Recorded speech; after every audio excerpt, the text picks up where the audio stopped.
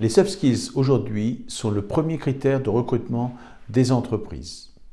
Évidemment, lorsqu'une entreprise recrute un ingénieur en informatique, elle commence par vérifier qu'il a bien les compétences. Bon, ça, c'est la base, nous sommes bien d'accord. Mais juste après, elle regarde quelles sont les compétences de cette personne en termes de soft skills. Alors les soft skills, qu'est-ce que c'est? C'est trois choses. Une bonne relation avec soi-même, une bonne relation avec les autres et une bonne relation avec le monde. Et je vous expliquerai pourquoi c'est capital pour une entreprise aujourd'hui de recruter sur cette base-là.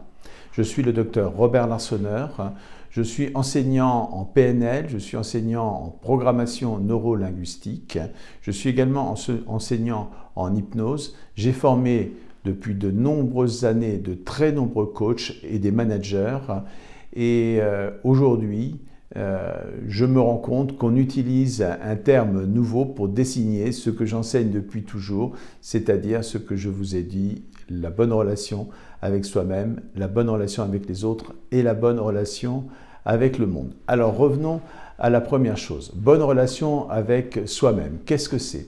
C'est développer une bonne estime de soi, développer une bonne confiance en soi et c'est développer une bonne gestion des émotions, par exemple, être capable de bien gérer le stress. En quoi ça intéresse les entreprises? Ça intéresse les entreprises tout simplement parce que nous sommes aujourd'hui dans un monde où le stress est devenu très très important. Et on sait que la peur d'agir, la peur de ne pas être à la hauteur, etc., va impacter de façon négative sur l'efficacité d'une personne et va rebondir du coup sur une équipe entière. De plus, les entreprises aujourd'hui sont très conscientes de ce qu'on appelle les risques psychosociaux et parmi ces risques psychosociaux, on a une montée extrêmement rapide, vertigineuse, j'ai envie de dire, du stress, avec le développement des dépressions et puis le développement de ce fameux burn-out, en fait, qui est une catastrophe, évidemment, en premier pour la personne qui est atteinte de ce mal. Et donc, les entreprises s'intéressent, j'ai envie de dire, à la flexibilité comportementale de la personne. Deuxième critère pour définir les soft skills, c'est la relation aux autres. Avoir de bonnes relations avec les autres, être capable d'intégrer une équipe, être capable de travailler avec d'autres personnes.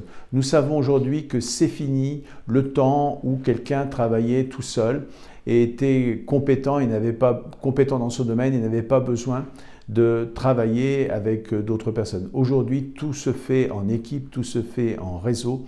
Et une personne qui a du mal à travailler avec les autres, qui a de mauvaises relations avec les autres, sera un problème pour l'efficacité de l'équipe. De plus, les entreprises aujourd'hui doivent développer un autre caractère qui est l'agilité. Les entreprises doivent être des entreprises agiles parce qu'elles doivent le plus rapidement possible être capables d'effectuer des mouvements très rapides et de virer de bord, j'ai envie de dire, à 90 degrés en fonction de la concurrence. Donc cette vitesse-là, elle nécessite des équipes qui soient prêtes à réagir, d'où la bonne relation avec les autres.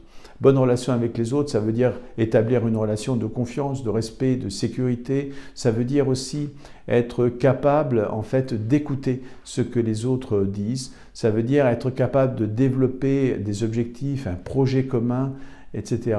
Et ça, c'est la bonne relation avec les autres. Et troisième critère pour expliquer ce que sont les soft skills, ça va être la relation avec le monde. Nous vivons une époque particulière. Certains disent que cette époque est très difficile, etc. De toute façon, je vais vous dire ce que je pense, il n'y a jamais eu d'époque facile. Voilà. Reprenez l'histoire de France, reprenez l'histoire du monde, reprenez l'histoire de l'humanité et vous allez voir qu'elle est parcourue par des séismes, etc. Et donc, ce que je pense, en réalité, c'est que le monde va de mieux en mieux et ira de mieux en mieux au fur et à mesure que les progrès médicaux, etc. vont arriver. Alors, évidemment, ça, c'est partagé par peu de gens, cette vision optimiste. Eh bien, c'est la troisième partie des soft skills. Si vous croyez en l'avenir, si vous avez de l'espoir, à ce moment-là, eh bien, vous avez une bonne relation, on va dire, avec le monde. Et donc, ça intéresse énormément les entreprises parce que l'on sait que pour pouvoir agir, eh bien, on a besoin d'y croire. Et si on croit que rien ne va aller dans le futur, eh bien, on n'a pas envie d'agir tout simplement. Pour agir, il faut savoir, dit-on, sortir de sa zone de confort, à condition de penser qu'au-delà de la zone de confort, il y a quelque chose d'intéressant. Et oui, au-delà de la zone de confort, il y a quelque chose d'intéressant. D'ailleurs, au centre de la zone de confort, il y a quelque chose de dangereux qu'on appelle la zone d'ennui, voilà, et qui provoque autre chose que les burn-out. Là, c'est le bore-out, c'est-à-dire l'ennui qui peut conduire à des dépressions, etc. Au-delà de la zone de confort, il y a la zone d'audace.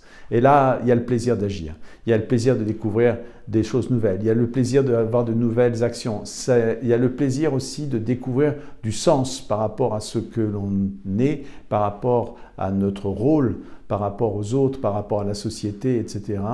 Et ça intéresse beaucoup les entreprises. Alors, au-delà de la zone d'audace, qu'est-ce qu'il y a? Il y a la zone de danger.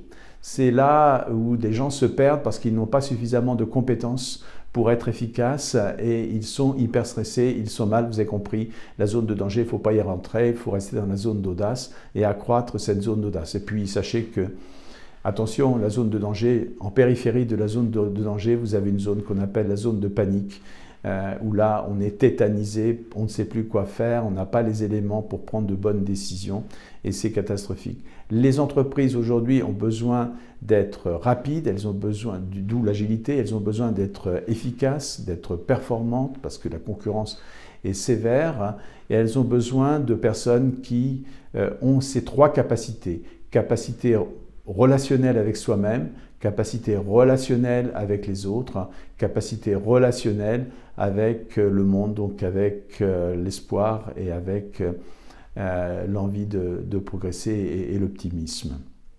Voilà, tout ça, ce sont les soft skills. Pour tout vous dire, moi je les enseigne depuis toujours. À l'époque, ça ne s'appelait pas les soft skills, ça s'appelait la PNL, ça s'appelait l'analyse transactionnelle, ça s'appelait l'hypnose positive, ça s'appelait également la psychologie positive. Voilà, ça avait d'autres noms.